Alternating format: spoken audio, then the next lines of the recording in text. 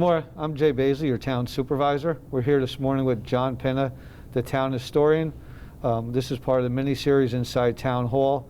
We're going to discuss with John some of the ongoings of what it is like to be a town historian and projects that he has going on in Town Hall. Good morning, John. How are you today? Good morning, Jay. Tell us a little bit about yourself and your history that made you become or want to become our town historian. Okay. I basically started out as a history teacher in junior high school, and I've been in the education system for over 50 years between junior high, and I teach at Marist College in the evening for about 35 years. My love has always been history, and so when I was asked to consider this position, I jumped at it because I just love the idea of working with history, and especially local history. That's something that I think is very important. Our identity as people and the identity of the town really depends on the history that we preserve. And my goal is to try to preserve as much of the town's history in various ways. So, for example, researching the history and making sure that we have a record of what our history is about in the town. Also taking a good look at what are the historical features of the town that need to be remembered in our history. So, for example, at one time we had the Fiat automobile manufacturing company. Many people don't know that. They know where Staples is up by Marist. There is just the Staples, but they don't realize that that was once a Fiat plant. Or that after the Fiat plant, it was a Western Printing, which printed comic books and magazines and so forth. And I think that's important for people to understand and to remember that there's this history that's taken place over time. And John, you're right. Along that line with the Fiat plant, up in that area we had Chem Cards and a few other ones, which we have bits and pieces of their signs and things around Town Hall that are just a very small, notable piece of history. But being here the 5 years I've been here as a supervisor, your documentation of our history, I think, is something that a lot of other towns would be very happy to see. Yeah, and the other piece is too is that we have no real town center like most towns, and people don't think we have a history, but we really have a lot of history that people don't realize. And what I see my job as being is trying to find that history and make people aware that it's out there, and that even though we don't have a town center as such, we do have a long history in this town, and it's something that makes town of Poughkeepsie special. We have, for example, we have 3 colleges in the town. We have Vassar College, which has been here since the 1860s. We have Marist since 1900. We have businesses that have been here for a very long time that have long histories. Take someone like Davies Hardware is a good example. And people don't realize that these have been here a very, very long time, and they have added to our history, whether it be just historical value or the business history that's been in the town. John, is what you said, I mean, along the line of Davies Hardware, when people think history, they always look at, as we discussed, the Fiat dealership, the Western Printing. They don't realize somebody like Davies Hardware has been here, I think it's close to 100 years. They just passed their 100th anniversary. That they were a part of this town growing, and a very integral part of this town growing. So it's not always the big plant like IBM's history started here and things. It is some of the small businesses that have been here for many years, and the inventors that were here, that their homes may still be here, or a piece of their history is still here, but documenting all the different pieces of what the town has to offer. That I don't think a lot of people understand the town history of what's here, because as you said, we don't have a town center, and you look around and a lot of it's still here, but in small pieces, so you don't see it all. Yeah, like people think of, if you think of something like Davies Hardware, we had plants like the Laval plant, for example. This is just something that a salesman used to give out when he went out and promoted. Big, huge plant, big company. It's no longer in the town, but Davies Hardware it is, which is kind of interesting when you think about it. The roots of business in America, and particularly in small towns like ours, are really the small businesses. You know, the larger businesses are important, but they don't always stay. And De La Valle is a good example. It didn't stay. But Davies Hardware is still there, and people can still go there and get what they need.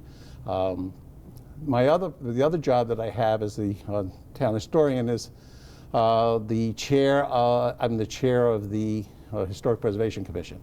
And what we do with that process is we try to save structures and sites in the town that have historical value.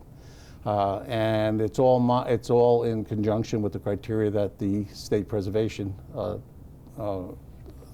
Authority puts out.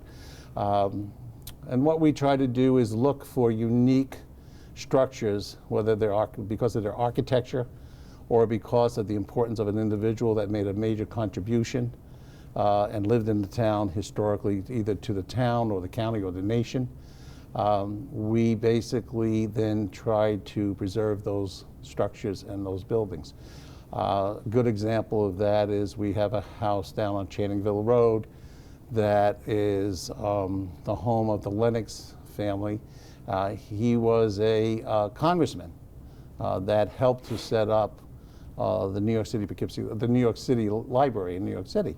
Well, here's a major historical figure that has contributed to our history.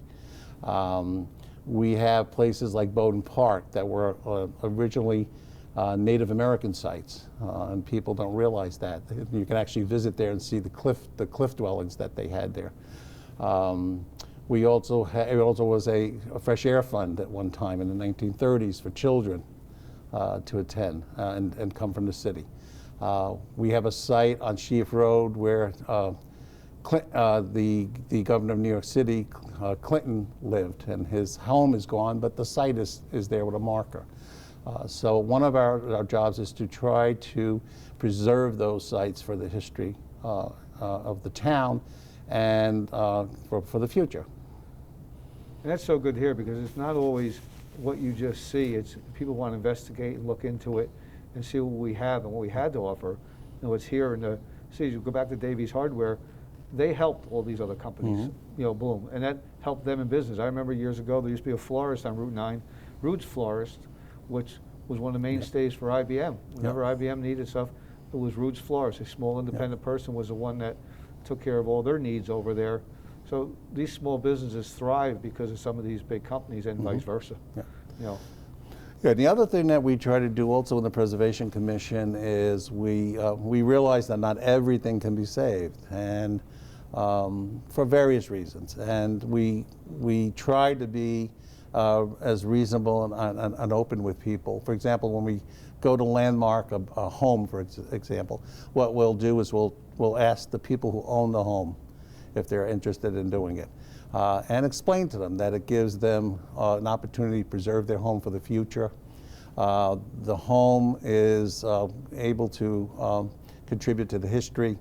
There is a possibility, depending on where the home is situated, for them to get maybe some tax credit for the home if they do some renovation. It really depends on where it's located. But we try to work with the homeowners because we really believe that it's important that they be a part of it. It's their home. They're going to live there. So we want to make sure. We also try to, for example, if you take a site that can't be saved for some reason, a good example of that is when the new credit union went up on Route 9, where the old Treasure Chest restaurant used to be. That was the Westervelt home at one time. But we really couldn't landmark it because, according to the state guidelines, too much of it had been destroyed over time. And so what we did is we worked with the builders and the architect and the credit union to help them develop the new building where it actually mirrors the old building in many, many ways architecturally and structure. And we then salvaged a number of materials from the old building, and we had them asked them to incorporate that in their building, which they did. And then they put a very nice history of the building and the site there. Which so I've seen, and I followed you through that process, which was, you know, different. You save pieces you could save, but you saved the history. And when you go into the bank, they were kind enough to put the history on the wall, so it's there for you to read, to see, and the one wall is part of the original building that's there. I think it's behind the service desk. So that, you know, even the companies that are coming here to build are willing to work with us on some of those issues, because they also, the credit union is from here. The credit union started here, so they understand the history also. Yeah, we're also like presently working with the state hospital site, and we're working with them, and there's a committee working with the developers there to salvage and to develop the history that will be throughout that site at one point. So I think that's another way that you can preserve the history of the town. You know, we'd like to save a lot of things. We'd like to save as much as we can, but there are times when you just can't do it. It's not feasible, and sometimes it's just not economical for the people who own these buildings, and you have to consider that. You can't just take a hard line on everything. It's not necessarily going to work for the town. Watching you go through your tenure here, you've been here almost the whole time that I've been here as a supervisor. I saw like you worked to save the Juliet sign. Yeah. The theater is no longer there, but the sign is still there. So you come by, it still looks like the old historic building, and there's the history behind it, and there's history inside the building, and you did a video a few years ago about that. So the town has a lot of history. It's a very old town, you know, from the colleges on down, the Morse Estate, you know, IBM, the Kenyon properties on Boardman Road. I mean, we have deep history, you know, that goes back quite a bit, and a lot happened here in the town, you know, back in those days. So we were at the forefront of a lot of many different things, and I think to preserve that history and educate the residents on that is phenomenal. Yeah, and we'll continue to do that as much as we possibly can. You know, it's the historian. Obviously, I'm the town historian. I work during the day, but I'm part-time here, and I work as much as I can. I put as much time as I can.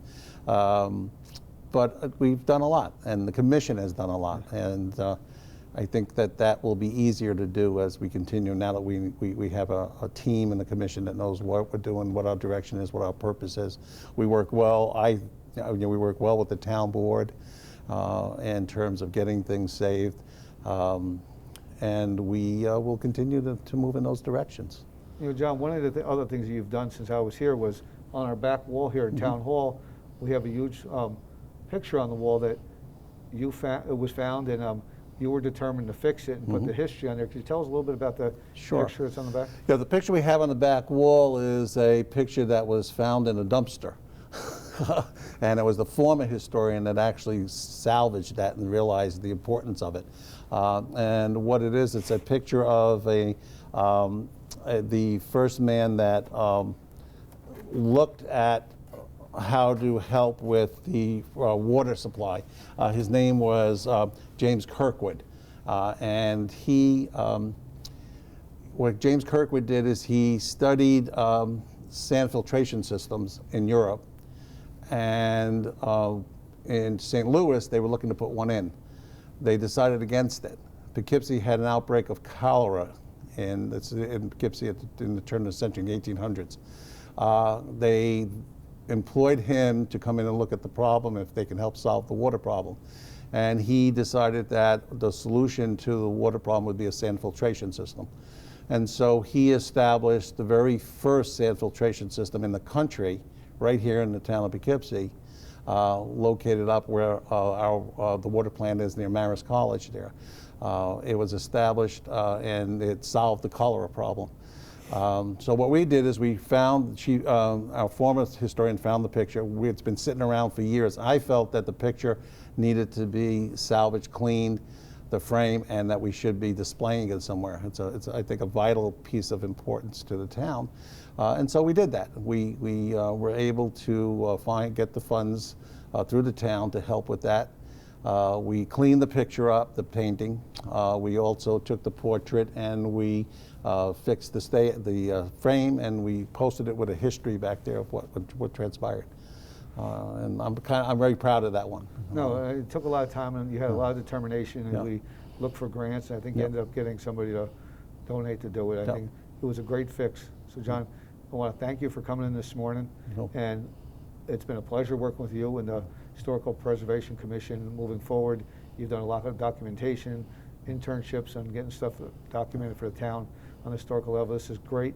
I look forward to more information from you in reference to what goes on in town and putting something together so the residents can see more of what we actually have to offer. Thanks, Jay, and I look forward to our future together as well. And congratulations on being reappointed this year as our town historian. Oh, again. okay, Yes, thanks. Thank you. Yes.